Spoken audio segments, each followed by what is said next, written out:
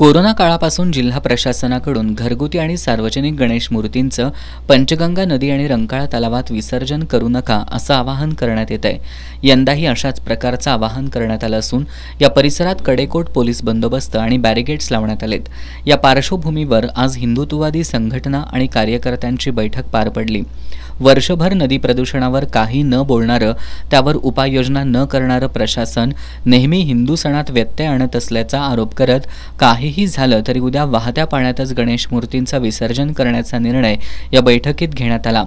या बैठकीनंतर सर्व कार्यकर्त्यांनी पंचगंगा घाटावर जात जोरदार घोषणाबाजी केली।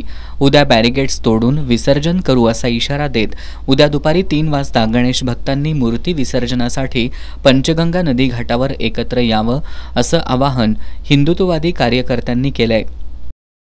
आपण 2 दिवसापूर्वी महानगरपालिकेच्या सर्वच अधिकाऱ्यांना आपण सांगितलं होतं, इशारा दिला होता की गेल्या वर्षी ज्या पद्धतीनं तुम्ही या ठिकाणी बॅरिकेड लावलीत, ज्या कोविडपासून त्याचा तुम्ही फायदा घेतला की नदीमध्ये गणपती विसर्जन करायचं नाही आहे, पण आपण त्यांना सांगून सुद्धा त्यांनी परत बॅरिकेड लावलेले आहेत आणि हिंदूच्या या सणामध्ये सातत्यानं अडथळा आणण्याचं काम चालू आहे। मी या ठिकाणी पोलीस प्रशासनाला आणि महानगरपालिकेला मी जाहीर आवाहन करतो की गेले 5 दिवस शांततेनं गणेश उत्सव चालू आहे। उद्या घरगुती गणपतीचं विसर्जन आहे आणि यामध्ये आपण कुठल्याही प्रकारचे विघ्न आणू नयेत आणि जर विघ्न आपण आणलात तर जशाच तसं उत्तर देऊ।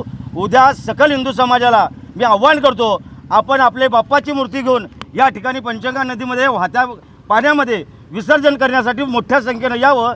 इथं बांधलेली बॅरिकेड उद्या स्वतःहून आम्ही त्या तोडून काढणार जर प्रशासनाला काय करायचं असेल, आणि हे तोडल्यानंतर जर कायदा सुव्यवस्था बिघडली तर याची संपूर्णपणे जबाबदारी प्रशासनावर असेल।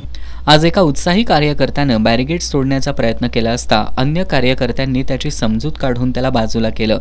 यावेळी शिवानंद स्वामी, किशोर घाटगे, माजी नगरसेवक अजित ठाणेकर, उदय भोसले, दीपक देसाई, निरंजन शिंदे, अभिजित पाटील, आनंदराव पोळ, सुनील सामंत, संभाजी भोकरे, अनिरुद्ध कुलकर्णी यांच्यासह हिंदुत्ववादी संघटनांचे कार्यकर्ते उपस्थित होते।